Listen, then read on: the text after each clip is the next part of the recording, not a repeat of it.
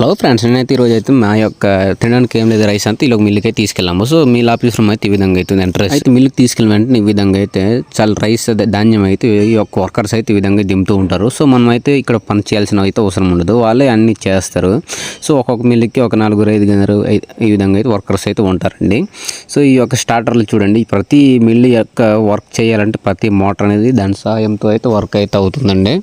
So చూసారు కదా, ఈ విధంగా ఈ యొక్క ధాన్యం అనేది ఇందులో అయితే పోస్తారండి. సో పోసిన వెంటనే ఈ యొక్క మిల్ అనేది ఒక మోటార్లు అనేది ఆన్ చేస్తారు స్టార్టర్ ద్వారా. అయితే ఈ యొక్క ఆన్ చేసిన వెంటనే ఇక్కడ నుంచి ఈ యొక్క ధాన్యం అనేది పైకి బయలుదేరిన తర్వాత అక్కడ ప్రాసెసింగ్ జరిగిన తర్వాత ఫైనల్గా ఈ యొక్క గొట్టం నుంచి మనకైతే బియ్యం అనేది బయటకు అయితే వస్తుందండి. సో ఈ యొక్క బియ్యం అనేది ఈ యొక్క చిన్న కాటా ద్వారా మనకైతే 25 కేజీలు అయితే 25 కేజీలు, 30 కేజీ అయితే 30 కేజీలు మనకి సంచి తగ్గట్టుగా అయితే వాటిని అయితే ఇవ్వడం జరుగుతుంది. సో మా ధాన్యం అయితే ఈ విధంగా ఒక్కొక్కటి అయితే ఈ యొక్క సంచి అనేది ఈ విధంగా పోస్తూ ఉంటారండి. మొత్తానికి ఫైనల్గా పోసేసిన తర్వాత మనకైతే ఆ యొక్క మిల్ అనేది స్టార్ట్ చేయడం అయితే జరిగింది.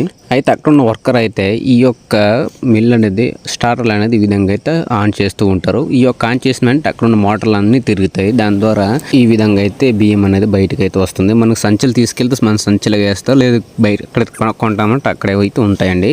సో మాకైతే 25 కేజీలకు ఈ విధంగా అయితే కావాలనుకుంటున్నాం కాబట్టి ఈ యొక్క కాటా ద్వారా 25 కేజీలు అయితే ఇదైతే నూకలు అండి. ఇది నూకలు కావాలన్నా తీసుకెళ్ళమని ఇస్తారు, లేకపోతే మనకి తవుడు తీసుకెళ్ళమన్నా తీసుకెళ్ళవచ్చు, మన ఇష్టం, మన ధాన్యం కాబట్టి. సో ఈ విధంగా అయితే ధాన్యం ఆడించిన తర్వాత బియ్యం అయితే అవుట్పుట్ అయితే ఈ విధంగా అయితే ఉంది. సో లోపల అయితే అన్ని ప్రాసెసింగ్ అయితే అవుతాయి. రాయలు కానీ సపరేట్ అయిపోతాయి, దుమ్ము ధూళి సపరేట్ వెళ్ళిపోతాయి. సో ఎలాగైనా ఎంత ప్రాసెసింగ్ జరిగినా లోపల తుక్కులకి అయితే ఎలాగైనా వస్తున్నాయి. చిన్న చిన్న ధాన్యం అయితే ఇలాగైతే లోపలికి అయితే వస్తుంటాయి. ఇలా చిన్న చిన్న పురుగులు కూడా బయటికి అయితే పోవండి. ఈ యొక్క మిల్లు వాళ్ళు అయితే ఎక్కువ అమౌంట్ అయితే ఏం ఛార్జ్ చేయరండి, తక్కువ అయితే తీసుకుంటారండి. సో మనం ఇచ్చే వస్తువులు బట్టి దాని యొక్క ప్రైజెస్ తగ్గుతూ ఉంటాయి ఫ్రెండ్స్.